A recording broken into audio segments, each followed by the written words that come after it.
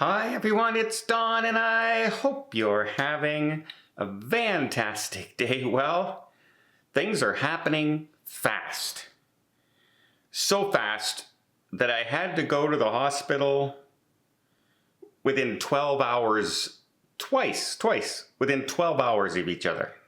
Today's video is brought to you by Private Internet Access. Well, I'm about to head off on major trips. I'm going to Budapest, I'm going to Africa, I'm going to the Mediterranean, I'm going to Germany, all within the same period of time. And during that time, it's over a month, I'm gonna have to do some banking and everything, but I'm not just gonna take a chance and sign on to my bank accounts or my credit card accounts on the internet without making sure I use Private Internet Access, my VPN. A VPN will hide my IP address from people who are looking to scam me, people who are looking to break into my account, get my personal information, steal my money, make my life miserable. No siree, I am definitely going to be using my VPN everywhere I go, and everyone should be doing that whether you're traveling or not. You should always be running these days that VPN to make sure you're secure from people looking to do nefarious things to your information. Now, why did I choose Private Internet Access over all the other VPNs out there? Well, for one thing, they have a no log policy, which means they're not storing my personal information neither. So not only are they, they're not keeping any information that they can be hacked to steal my information. I love that. Next of all, a big thing, I can do unlimited devices. Not 1, not 5, not 10, not 20. Unlimited devices with the same plan at no extra cost. That means I can do my iPad, I can do my cell phones, I have 2 of them, I can do my 6 computers in my house, etc. And I feel completely protected whenever I am online. So if you'd like to try Private Internet Access, why not follow my link down below and get up to 83% off plus 4 months free. Thanks again to Private Internet Access for sponsoring this video.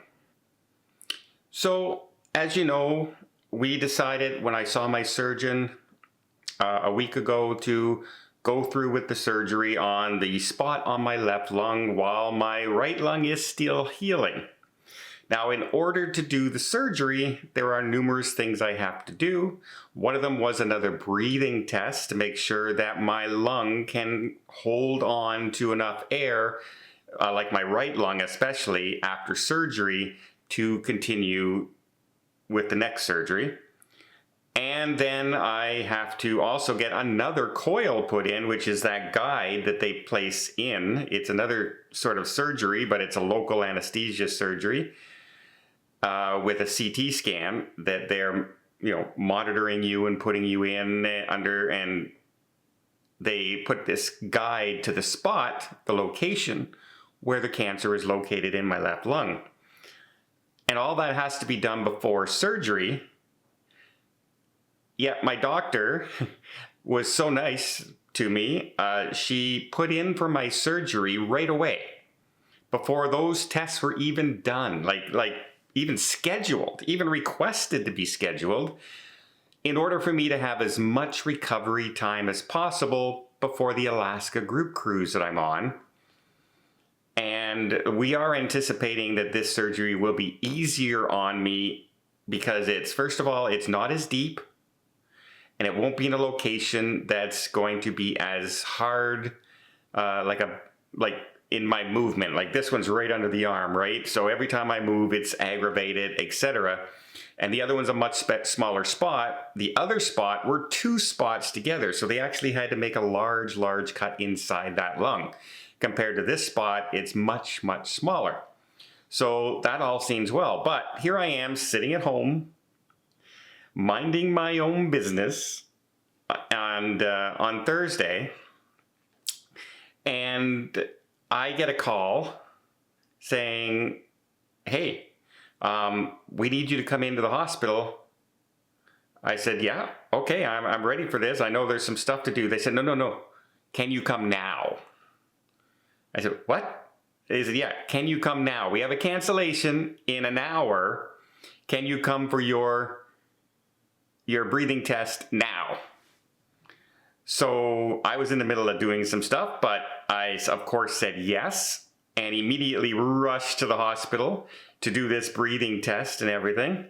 Kind of out of breath by the time I got there, because I was literally nowhere near the hospital at the time, and rushed in to do it. Literally arrived like 3 minutes before my scheduled test was supposed to happen. And they took me in, I did my breathing test, and apparently I passed. So that's good news on a couple of counts. First, they can go ahead with the surgery.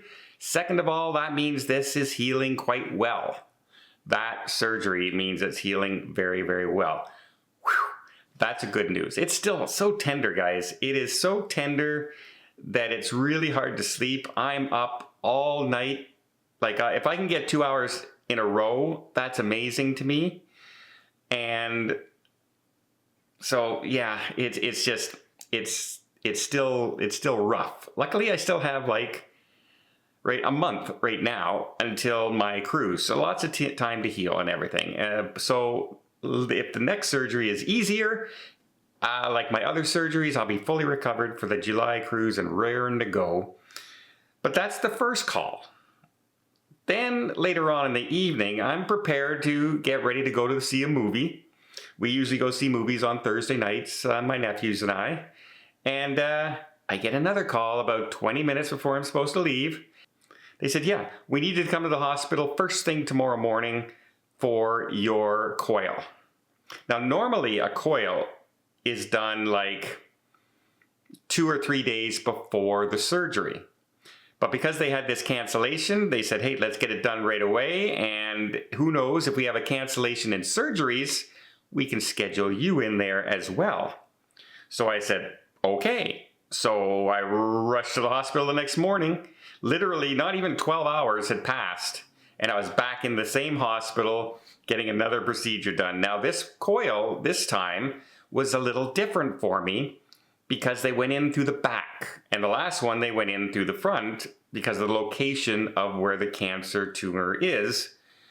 And let me put it, well, it's weird because last time when they gave me the freezing compound, it's a needle that they stick in you to localize and freeze the area, it didn't hurt for this spot.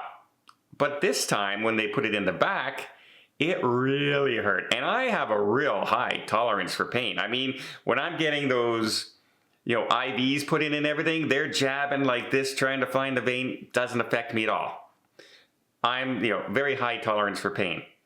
But oh man, I jumped. Like it went in once and then they reinserted another one in a different location. I wasn't expecting that. And at first I thought that was them starting the coil. And I kind of freaked out a little bit because if that was the pain I was going to feel for the coil, I was not having any of it. But it was another freezing compound. They decided to freeze a bigger, larger area because it was so close to my shoulder blade. They wanted to make sure that they covered everything. Now, once that was in, we got the coil in. But it was kind of a funny thing because when you're doing the coil and you're going into the CT scan, they want you to take a breath and they want you to have that same breath every time. So they started off by saying, we want you to do a small breath. So I go, and you hold it until they say breathe. So every time I'm going, same breath, holding it, everything's fine. But then the doctor says, we want you to take a bigger breath. I said, okay. And I go, and I hold it. And then he goes, small breath. I go, like this. And he does it, and then he goes, okay, bigger breath. I go, he goes, smaller breath. What he meant was the same breath, but he was still calling it small breath after he told me to do a bigger breath. So the anesthesiologist came around and to the front of the CT scan where my head was, and goes, yeah, we need you to take the same size breath as the bigger one you're taking. I think you're a little confused when he says tiny breath again afterwards. I said, yeah. I said, it's very confusing. So after that, I got it right. Coil went in very, very smoothly. No problems there, no complications. The hardest part was they made me lie on my side for recovery. And it was very uncomfortable for this side of my body when I'm lying on this side, because any place I put my arm, it was stretching this. And so, yeah, that wasn't very good. But the coil is in, the breathing test is done, and I have my surgery date. I am going in on Monday the 9th. So the coil was put in a long time, like 9 days beforehand, which is pretty unusual. 10 days beforehand, if you count the 31st, yeah, 10 days. But all my tests that I needed to do, I've passed. Surgery date is there, and who knows, they may call me and say they had another cancellation and Dr. Naziak is ready to do your surgery tomorrow. And now I'm all prepared and ready to go. So yeah, hospital, 12 hours apart, all in a panic, but I got her done. Well, I hope you do appreciate this little update. I always like to keep everybody informed of how we're doing, especially those who are planning to cruise with me in the future on the group cruises, to know that I'm still going to be there. Well, I hope you appreciated the video. If you did, please give it a thumbs up. Want to see more tips, more tricks, more travel vlogs from around the world, and see if I'm coming out of surgery okay or not? Hit that subscribe button. Until next time, have yourself a safe and a great vacation.